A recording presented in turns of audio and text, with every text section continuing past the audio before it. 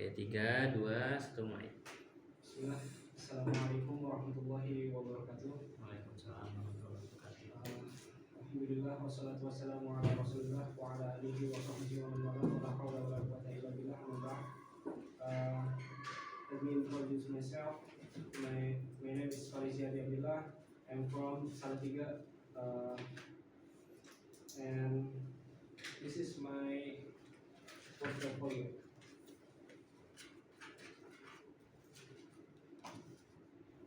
And this is my profile. My name is Farizi Adi Abdillah, and I at the network engineering major, and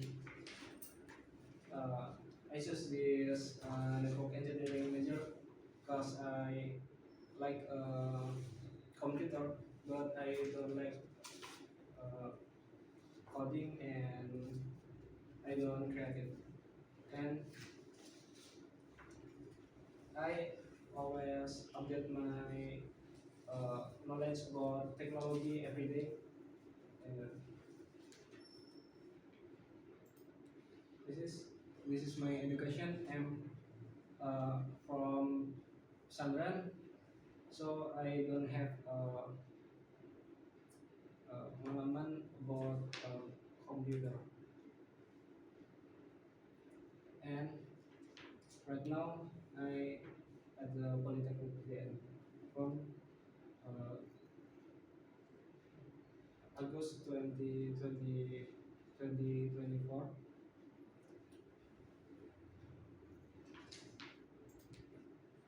And my experience is both learning CCNA and learning MTCNA and MTCRA. This is my class, and this is my mentor, Mr. Faris Multazam. And this is my experience, second experience, and this is I at attending at the fest of GDG Bogor, and I choose the Shadow Array.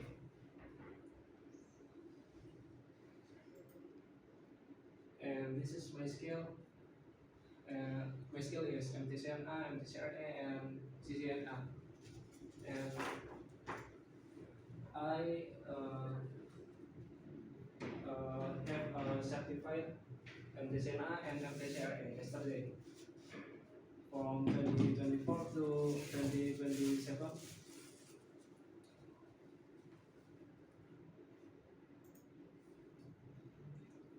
And this is my achievement.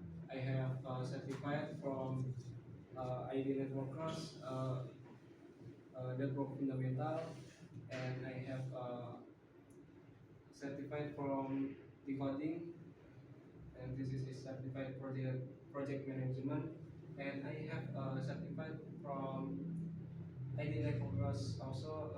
This is about webinar Cisco SD1. And this is my certified MTCNA recently and MTCRA. And this is from this certified level from 2024 to 2027, inshallah.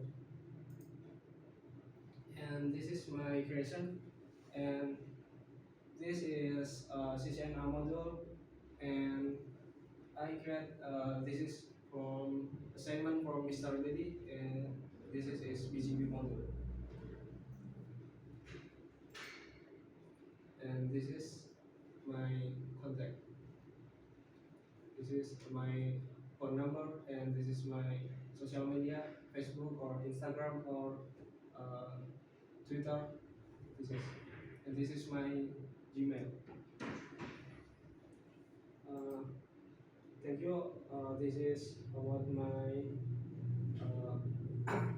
introduce myself, and this is my portfolio.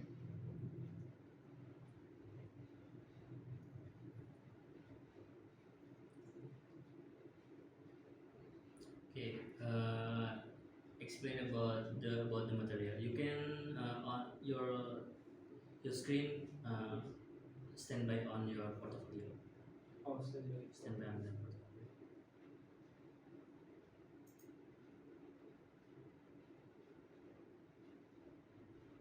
Okay, explain one material in your book.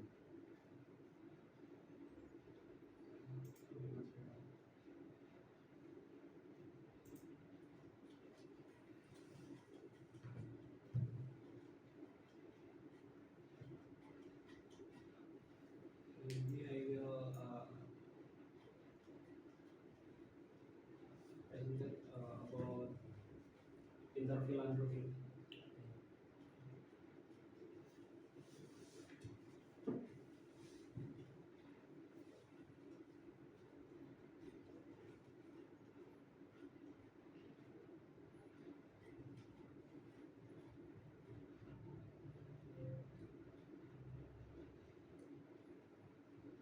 Stand. Yeah, stand. And today I will Or you can show the book or your material in your book. yes.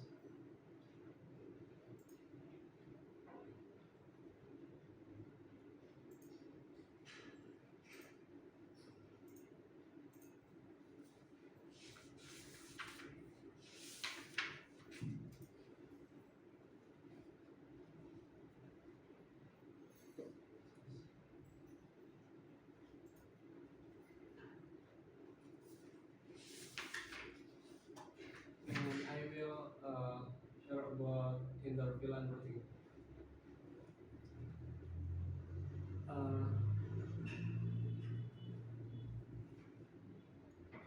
Uh, Filan A and filan B is can uh, aslinya can communication with switch. And right now we will talk about interfilan routing. So about different filan can communicate and uh, how can different filan can communicate. And this is I will tell about interfilan routing. And uh, and we will show about the topology. And this is PC and PC. This is VLAN 10, and this is PC, and this is VLAN 20. And two different VLAN is connect to one switch, and the switch is connect to router. And uh, at the last topology, we learn about VLAN, and two different VLAN is can communicate, uh, can communication, and at this at the slide is two different VLAN can communication with router. And right now uh, we will study about the configuration. This is No, just no, don't explain about the configuration. I just wanna hear about the concept. And can you explain about the other slide in routing? routing.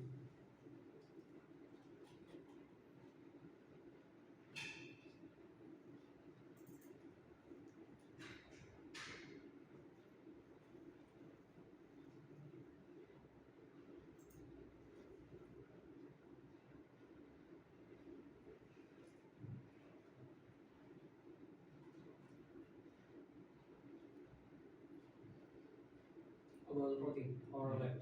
About routing. Yes. And right now we will talk about routing.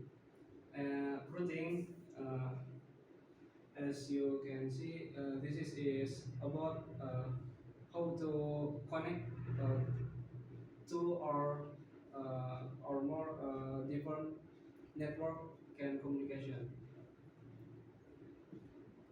And the device from routing is router.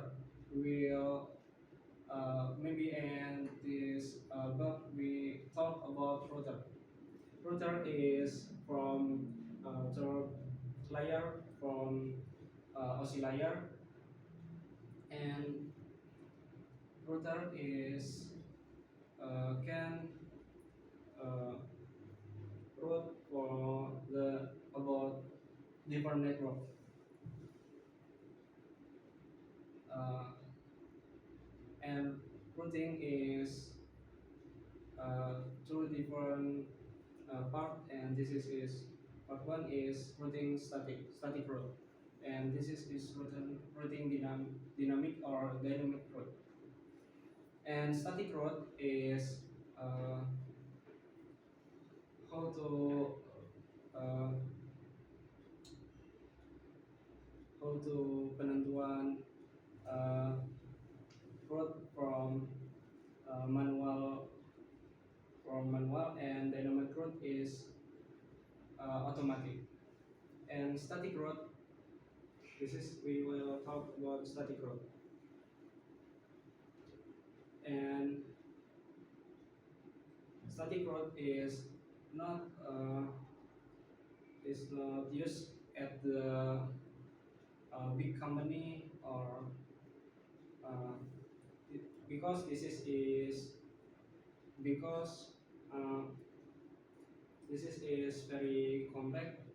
So you must to know about IP address and subnet mask and every router. So we don't use this static route at the big company. And static route is don't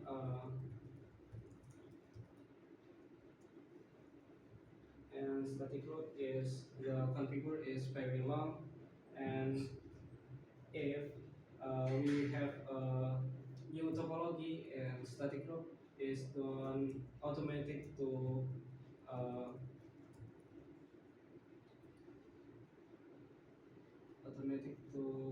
configure the new route.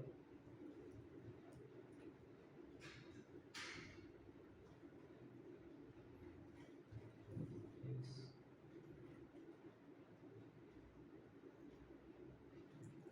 And I will tell about dynamic routing. Dynamic routing is uh, like a static route, but this is automatic.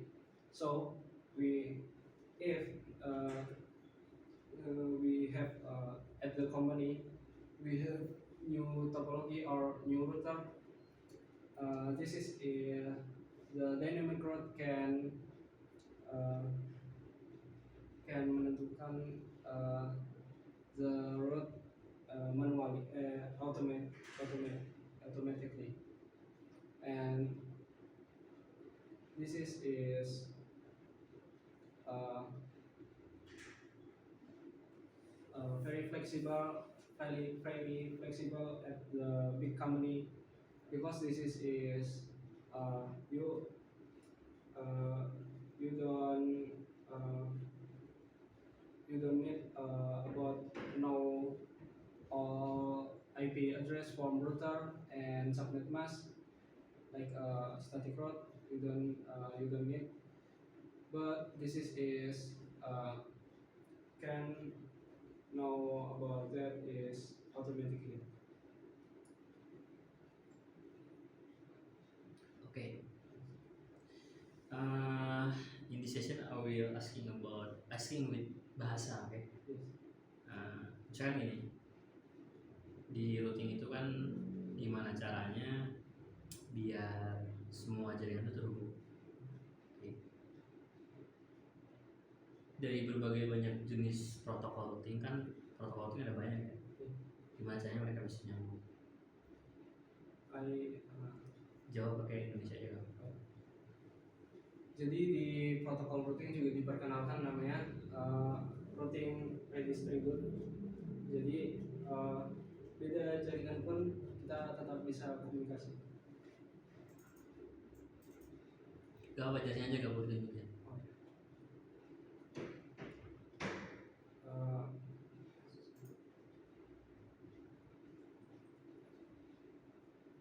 Jadi seumpamanya di sini ada routing AGRP dan di sini ada routing OSPF. Seharusnya mereka tidak bisa komunikasi, tetapi karena ada routing di sini yang berperan sebagai routing redistribute, jadi mereka walaupun beda routing, beda protokol routing, mereka tetap bisa berkomunikasi. Oke. Semisal routing itu ada banyak ya. Iya. Ya. Misalkan gini, Jawa Barat, Jawa Tengah, sama Jawa Timur. Misalkan mereka tuh dalam satu Jawa Barat tuh pasti ada routing-routing yang berbeda ya. Ya misalkan di Jawa Barat tuh ada Telkomsel, Indosat, XL misalkan. Mereka punya protokolnya beda-beda. Nah, yang diterapkan di apakah setiap router yang nyambung antar vendor itu pakai redistribute, semisal Indosat pakainya OSPF misalnya, terus tuh Telkomsel, Telkom pakainya misalkan EGRP gitu. Nah mereka itu apakah setiap tempat, setiap daerah ketika mereka ketemu itu harus diredistribute atau enggak? Menurut kamu kayak gimana? Menurut saya tetap harus di redistribute ataupun di jaringan seperti itu mungkin ada tunnel yang bisa digunakan. Ada tunnel. Gimana cara kerjanya tunnel di dalam routing? Jadi tunnel dalam routing bekerja seumumnya di sini ada router yang di sini mempunyai di sini di daerah Jawa Barat dan di sini di daerah Jawa Timur. Mereka tidak akan bisa komunikasi dengan IP private. Tapi dengan tunnel kita bisa menghubungkan router ini dengan ini seakan-akan mereka nyambung langsung, bersambung langsung. Oke. Tapi di sini tuh bukan maksudnya tuh si yang di Jawa Barat sama Jawa Jawa Timur ya. Itu bukan klien, tapi itu router backbone misalkan. Kamu kan udah belajar tentang routing ya. Semisal di bawah itu bukan klien, tapi router-router yang lain gitu. Jadi router-router yang mewakilin kayak misalkan router core-nya gitu. Ketika router core di XL dengan router core di Indosat dengan router core yang ada di Telkomsel itu ini ketemu. Itu kayak gimana? Ya, saya jelasin.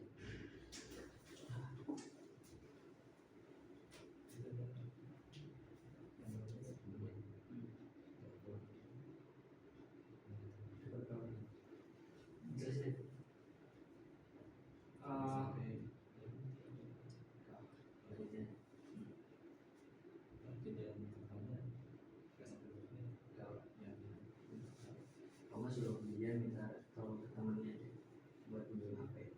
Ada di situ temannya. Oh, dilanjut. Berarti kan bisa disambung gitu. Tapi kalau nggak terlanjur, ya udah. Jadi di dalam jaringan seperti Indosat atau XL pasti mereka memiliki NAT, yaitu mengubah semuanya di router terakhir yang bawahnya banyak router itu di sini dikonfigurasi NAT, yaitu menerjemahkan dari IP private ke IP public dan sebaliknya dari IP public ke IP private, makanya mereka bisa berkomunikasi. Tunnelnya di mana? Gimana? Tunnelnya di mana? Maaf, saya tadi salah kira. Saya kira tadi perusahaan yang berbeda di. Kalau kan walaupun perusahaan yang berbeda, mereka tetap nyambung kan? Iya. Kayak saya pakai Indosat, saya kamu pakai Telkomsel. Kita nggak mungkin, kita ketika ngirim WA pasti kekirim kan? Iya. Nah, yang jadi pertanyaan tuh routingnya tuh udah ada. Nah, ketika beda vendor itu tuh gimana caranya biar beda vendor tuh nyambung gitu. Tadi kan jawabannya pakai redistribute. Nah pertanyaannya redistributnya itu apakah di setiap router core? Terus tadi jawaban lain ada pakai tunnel. Nah antara jaringannya di Telkom, di Indosat sama di Telkom pakai tunnel. Nah jadi pertanyaan itu yang paling tepat itu yang mana? Yang kedua, menurut kamu dari semua materi yang udah kamu pelajari selama 1 semester, konsep yang paling make sense atau yang paling sesuai dengan yang kamu pelajari itu yang mana? Saya jelaskannya ini dulu. Tadi saya mungkin yang tadi itu yang paling make sense itu yang NAT, karena NAT itu menerjemahkan IP private ke public dan IP public ke private, dan di IP public itu mereka bisa saling komunikasi. Bisa. Kalau NAT itu tuh kayaknya nggak ada kaitannya sama antar vendor, ya setahu saya. Karena NAT itu kaitannya antara jaringan publik yang udah stabil sama jaringan private. Nah itu baru butuh NAT. Tapi kalau antar core, antar jaringan publik kan ceritanya publik ya. Kalau kita sebagai pengguna itu private, tapi di atasnya itu ada publik. Nah dari materi yang udah mau pelajarin, mana teori-teori yang saya sekarang tahu kenapa beda vendor itu nyambung.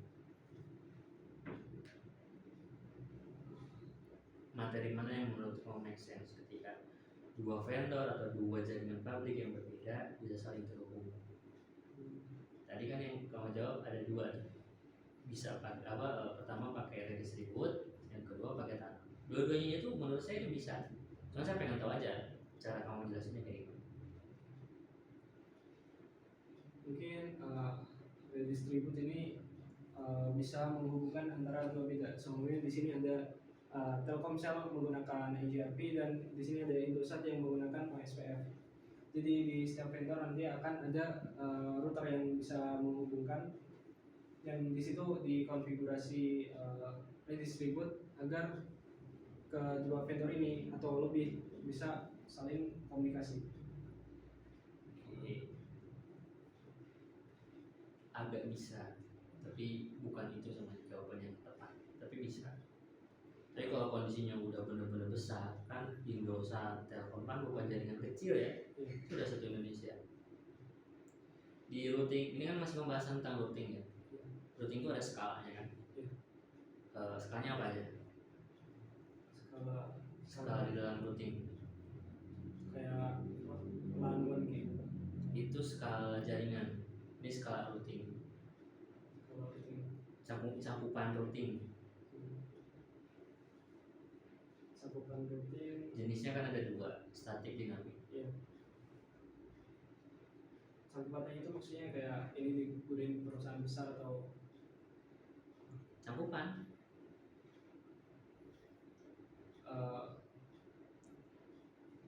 Mungkin kalau yang buat static route tadi itu cakupan yang mungkin yang kecil seperti yang ada di LAN bisa menggunakan static route. Dan di routing itu ada interior sama eksterior. Interior ada apa? Interior itu ada jangan lihat dulu. Ada RIP, ada static route. Ada apa lagi? Ada banyak. IGP, interior, gateway. Interior gitu ya, protokol.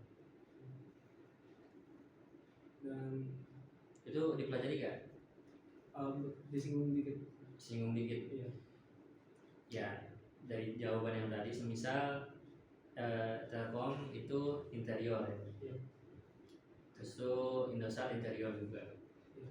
Tadi ada yang OSPF, ada yang IDRP. Nah, gimana caranya dua interior bergabung? Ada namanya exterior.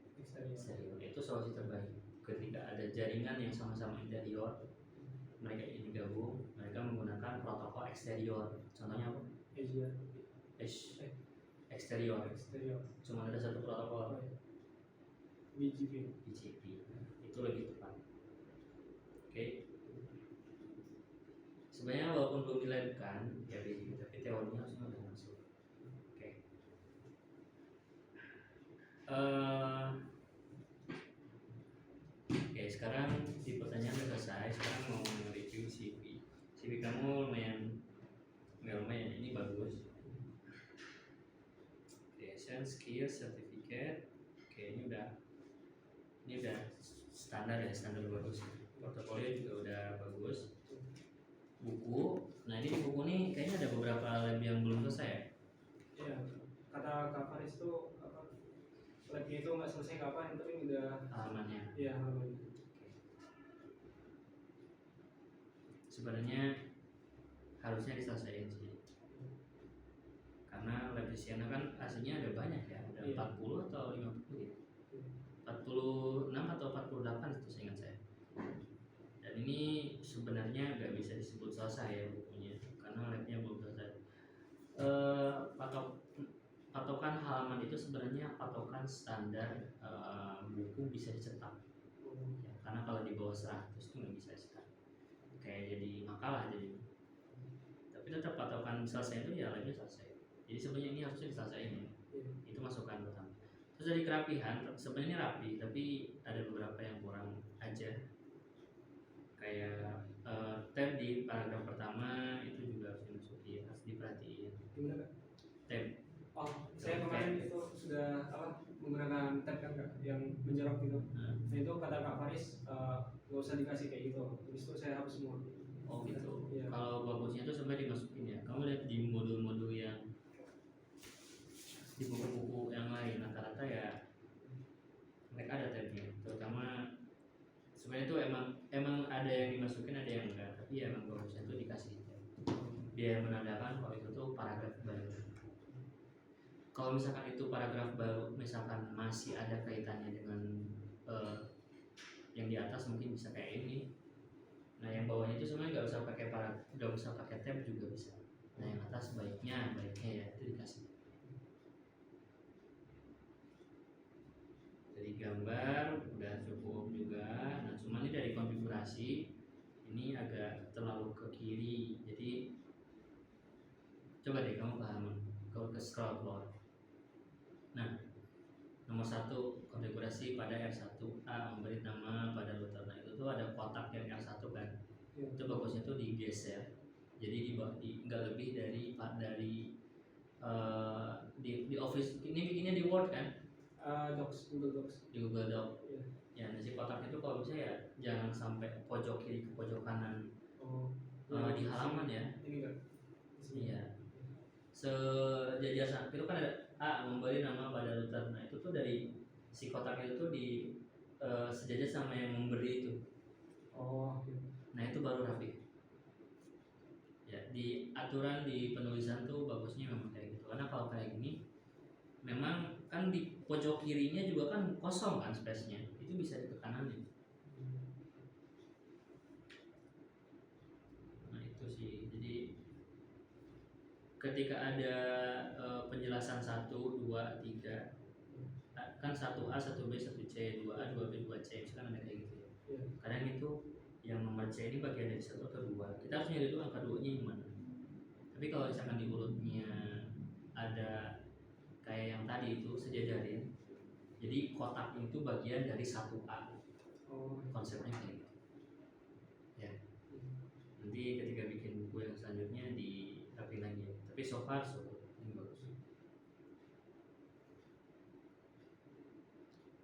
Okay, that's enough. You can closing. Maybe this is from me. Kurang lebihnya mohon maaf. Thank you for listening for Mr. Bram. Syukran. Wassalamualaikum warahmatullahi wabarakatuh.